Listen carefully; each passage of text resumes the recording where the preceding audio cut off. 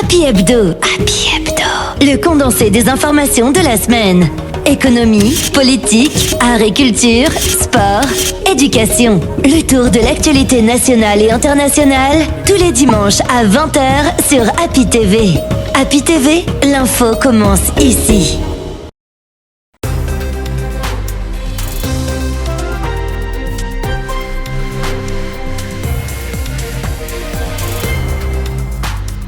Très ravi de vous retrouver au compte de cette édition d'information. Donc voici les titres. Accusé dans l'affaire Makindia, le blogueur Papa Vérité a rejeté les allégations portées sur lui. C'était à l'occasion de son passage dans l'émission Déballage de Happy TV. Les détails, c'est dans ce journal. Et puis une mission conjointe de la CAF et de la FIFA séjourne à Conakry dans le cadre de la décrispation de la situation qui prévaut entre les professionnels du football guinéen. Les explications, c'est dans ce journal. Voici pour les titres, le détail, c'est pour tout de suite.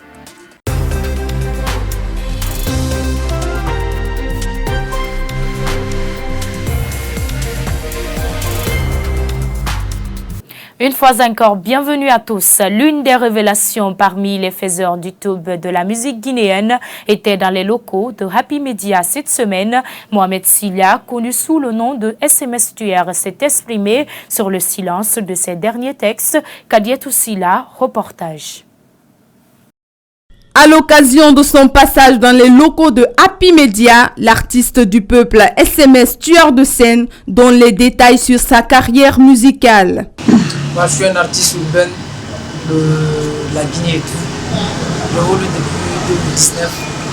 Et voilà, on est là, on s'approche pour voir. On essaie de faire le son bleu. De nos jours, le chant musical guinéen est une phase où la persévérance et la qualité restent les clés pour se maintenir. Conscient de cet état de fait, Mohamed Silla, évoluant dans le milieu urbain musical guinéen depuis 2019, affirme que son silence est dû à une surprise qu'il prépare pour ses fans. On arrive. C'est tout ce qu'on peut dire pour le moment, on arrive. On est calme, non? Ça veut dire qu'on se prépare. Si on est calme, c'est qu'on se prépare, donc on arrive très bien. Accusé d'avoir des propos parfois insolents dans sa musique, l'artiste affirme qu'il fait qu'interpréter son regard sur l'évolution de la société guinéenne. Moi, je suis comme ça, je suis vrai et j'aime bien dire ce que je pense, donc c'est un peu ça. On vient d'être humain, nul n'est parfait, il faut accepter les gens avec sa qualité et ses défauts. Donc si c'est peut-être mes défauts, il faut m'accepter avec ça, je suis comme ça et tout. L'artiste Mohamed Silla, connu sous le nom de SMS Tueur de scène, affirme hors micro que ses singles sont à l'égard de l'évolution de la société. Accusé dans l'affaire Makindia, le blogueur Papa Vérité a rejeté les allégations portées sur lui à l'occasion de son passage dans l'émission Déballage de Happy TV. On va l'écouter au micro de Kadietou Silla.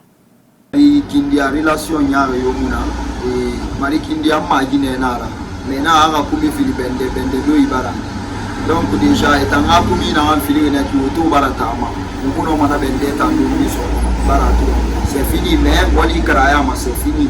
Mais gars qui est yatama, toujours mola moula. Donc, Maria fait un dangifi, on a moi à comprendre, son nom, on a moi à comprendre. Parce que mon bargue TikTok, t'en as. Yomuna nana mouffé faramou. Et Facebook, mon gars, on a bien un neki. Nana l'entend matodiri nga faramu. Yabu yara motegi, c'est la famille.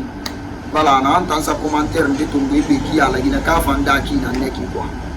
Ce mardi 13 juin, la Miss Haute-Guinée HACC était l'invitée de l'émission Les Déballages sur Happy TV. À la sortie de cette émission, la Miss Haute-Guinée, disqualifiée du grand concours de beauté guinéenne, n'est pas prête à abandonner. Elle dit être dessus du comité d'organisation. Elle était au micro de Buntourabi Mambiassouma. Suivez son reportage. Alors que la phase de présélection tend vers sa fin, les voix se lèvent pour dénoncer la magouille organisée par le commerce Guy lors de son passage à Cancan. Aïcha Cissé s'est vue éliminée après sa sélection. Je l'accueille très mal. Parce que moi, j'étais déjà en déplacement. Je suis partie dans une autre ville, dans un autre village, pour quand même présenter ma couronne et ma banderole. Donc, quand vous me dites, je vois ce communiqué, c'était vraiment pas le moment. je n'ai pas bien accueilli cela parce qu'on ne m'a pas informé de ce communiqué. Donc, pas mal été là, je pense continuer ce combat afin que je sois rétablie dans mes droits. N'étant pas contente du communiqué portant sur son élimination, la Miss Haute-Guinée libère son cœur à travers ces quelques expressions. J'avais pris une décision comme quoi j'allais les poursuivre, mais pour l'instant je reste derrière les autorités parce que je ne suis plus une personne physique, je suis une personne morale. Je représente toute une communauté, toute une région, donc je reste derrière les autorités afin que nous puissions m'établir dans mes droits et également trouver une meilleure solution. Cette affaire est loin de connaître son épilogue, car la désormais ancienne Miss compte aller plus loin. Poursuivi pour avoir tenu des propos ethniques et racistes par le biais d'un système informatique, l'artiste Kokoli Biamou Graba était à la barre dans le box des accusés du tribunal de première instance de Koya cette semaine. Dans ce procès d'envergure où le juge Philippe Gongamami assure l'audience et le ministère public représenté par M. Amadou Ribari s'est poursuivi tout au long de la matinée. On écoute son avocat au micro de Tamba François Sandono. Le procès de l'artiste Kokoli Biamou Haba s'est ouvert ce mardi au tribunal de première instance de Koya. Vêtu en forêt sacrée, le comparant a reconnu à la barre les faits qui lui sont reprochés. Un acte que salue Likamano juste à la sortie de l'audience. La loi, nul n'est au-dessus de la loi. J'ai aimé le fait qu'il ait demandé pardon. J'ai aimé le fait qu'il ait reconnu les faits. Et j'ai aimé le fait qu'il ait dit qu'il ne savait pas qu'il y avait un article qui condamnait de tels actes, de tels propos. Et qu'il n'allait plus jamais reprendre de tels propos. Donc moi, je suis là pour ça. Et je vais relayer cette information auprès des autorités compétentes. Parce qu'en réalité, c'est un artiste. Et l'artiste, comme vous le voyez, il draine la foule. Aujourd'hui, à son procès, vous avez vu combien de personnes sont venues assister. Mais ces personnes se sont ajoutées à lui pour demander pardon au président du tribunal. Et j'estime que le message est tombé dans de bonnes oreilles. Le procureur aussi a été très indulgent, comme il a dit. Il faut le reconnaître. Donc, on va continuer à travailler pour qu'il recouvre sa liberté. Poursuivi pour des propos ethniques et racistes par le biais d'un système informatique, Jacques Boumpan risque gros dans cette affaire, mais son avocat reste convaincu qu'il s'en sortira. Bon, c'est un dossier qu'on a déjà débattu. Les propos tenus, je pense, ont été, le contenu a été galvaudé. Ça a été une mauvaise compréhension pour les uns et les autres. Il a parlé de façon voilée, je le dis, de façon parabolique. Mais c'est aujourd'hui on a suffisamment débattu la question et je crois que la semaine prochaine, Inch'Allah, on pourra obtenir sa liberté. Le renvoi, c'est pour les réquisitions et plaidoiries. Je pense qu'à date, les faits ont été suffisamment débattus. Il a reconnu les faits, mais il dit que l'interprétation que les uns et les autres ont donnée sont allés plus loin. Il n'avait pas parlé dans l'intention d'offenser une communauté.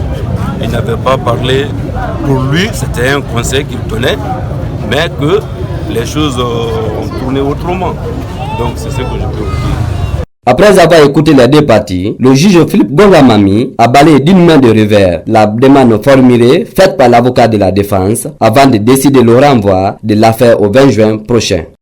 Je vous le disais à l'entame, une mission conjointe de la CAF et de la FIFA séjourne à Conakry dans le cadre de la décrispation de la situation qui prévaut entre les professionnels du football guinéen. Ce mardi, la mission a rencontré les membres statutaires du football guinéen, compte rendu avec Meimouna Baldé.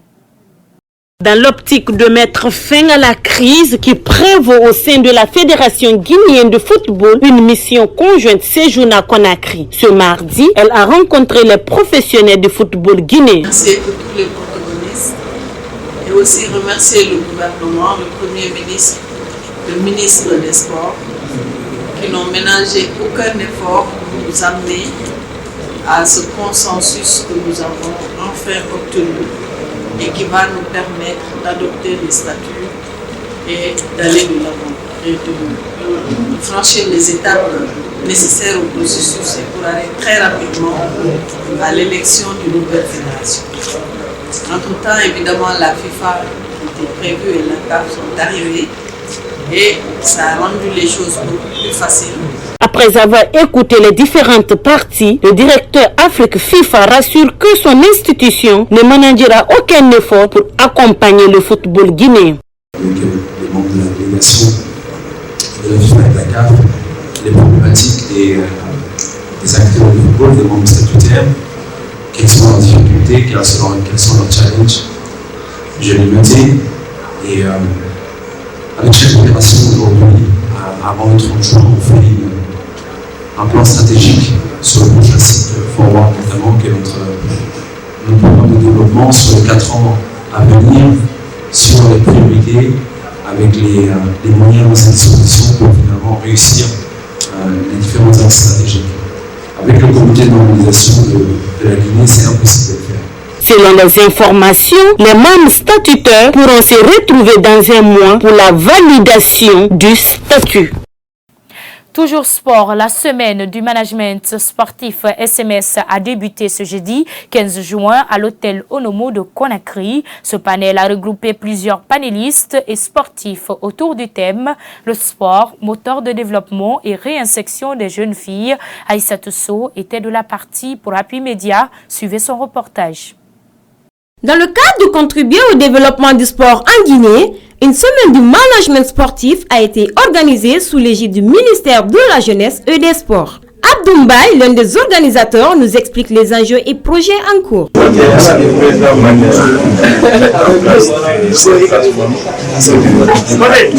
acteurs pour parler des problématiques de ce domaine, mais aussi ensemble comment trouver des pistes de solutions. C'est l'idéal, mais l'enjeu aussi, il y a un enjeu de la semaine, c'est de pouvoir faire le management autour de mettre un centre de formation sur le métier du sport en Guinée.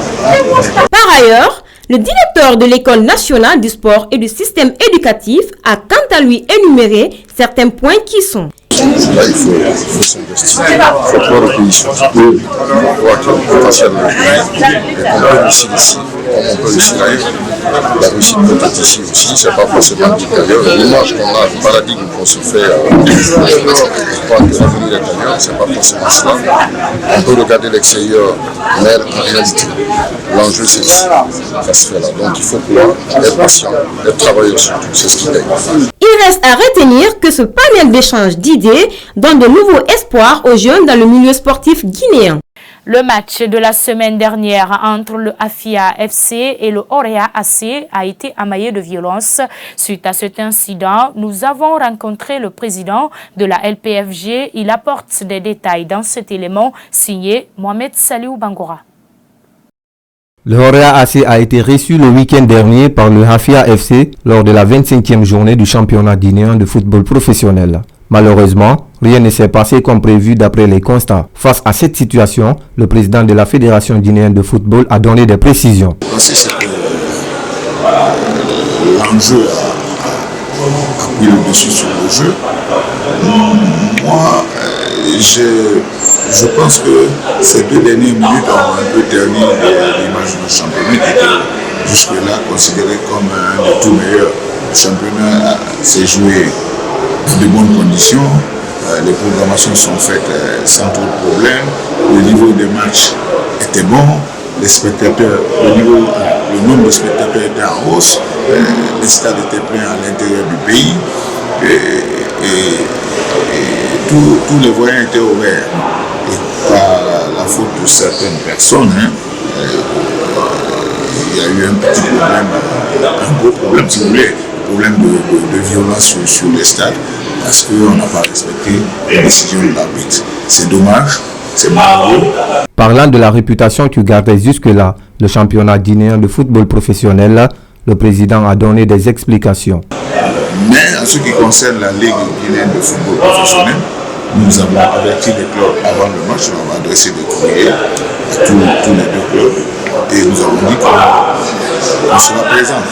On sera présent lors de ce match et qu'on prendra note de tous ceux ou de toutes les personnes qui mettront le feu au poudre. Donc c'est ce qu'on est en train de faire, on est en train d'analyser, nous avons reçu les rapports, nous allons analyser et décider à tête froide.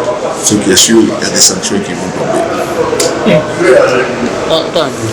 À l'issue de cette rencontre, les deux équipes se sont séparées sur un score d'un but partout. Il va donc falloir attendre la dernière journée pour connaître le futur champion de Guinée. Et puis la fin de la crise au sein de la FEGIFOOT est le début d'une nouvelle ère pour le football guinéen. C'est du moins ce qu'affirme le consultant doyen Kerno Seydou Diakité. Il est au micro de Meïmouna Baldé. C'est avec un soulagement et une grande satisfaction que j'ai appris hier soir que les acteurs du football et de Conor se sont mis d'accord pour trouver une solution de crise. Et moi, je loue l'initiative et la démarche que le Premier ministre, chef du gouvernement, a prise pour avoir rencontré vendredi déjà les principaux acteurs du football et que ceux-ci, hier, ont pu trouver un terrain d'entente avec les membres du Conor par rapport à l'adoption des nouveaux statuts de la Fédération guinéenne. La première conséquence, c'est que la crise a trouvé son dénouement. Deuxièmement, pour votre information, les pays dont le football est géré par un comité de normalisation ne bénéficient pas de l'assistance de la CAF ni de la FIFA. Figurez-vous donc, depuis novembre 2021 jusqu'à nos jours, on ne bénéficie d'aucune aide financière ou d'assistance de la FIFA ou de la CAF. Ça, c'est la deuxième conséquence. La troisième conséquence, je pense que les acteurs du football ont pris conscience des enjeux à se donner la main pour tirer ensemble vers le haut pour que le football puisse se développer, qu'il puisse connaître des performances et qu'il puisse être promu. Donc je pense que il faut qu'on se réjouisse de ces résultats et qu'on accompagne maintenant le processus électoral qui va aboutir à la tenue de l'Assemblée générale élective du bureau exécutif de la Fédération guinéenne de football. Vive émotion dans la famille du jeune guinéen fusillé par un policier français. Les parents de Aluseni Camara souhaitent que justice soit rendue pour leur enfant et que la dépouille soit rapatriée. On écoute la réaction du père du dauphin au micro de Meïmouna Kondé. Un garçon brillant, un garçon sérieux, un garçon qui nous a quittés et qui est arrivé en France dans de bonnes conditions. Et c'est avec beaucoup de peine que nous avons appris qu'il est décédé. Et comment? Par fusillade. Nous sommes sous l'émotion, comme vous pouvez le comprendre. C'est difficile de s'exprimer à ce moment-là. Mais vous pouvez retenir que nous sommes des parents meurtris, des parents désolés, des parents qui regrettent leur bon fils et qui souhaitent que la vérité soit faite sur sa mort. Un message aux autorités guinéennes, c'est les inviter, les prier de bien vouloir en sorte que je vois d'abord le corps de mon fils, qu'ils mettent tout en œuvre pour que je puisse voir le corps de mon fils et qu'ils puissent m'aider à ce que la vérité soit faite sur les conditions de sa mort. Et voilà, mesdames et messieurs, ainsi prend fin cette édition d'information réalisée par l'ensemble de l'équipe de la rédaction ainsi que celle de la technique. À tous, merci de l'avoir suivi et à très vite pour une nouvelle édition d'information, mais bien sûr sur la télé de la joie, Happy TV. Au revoir.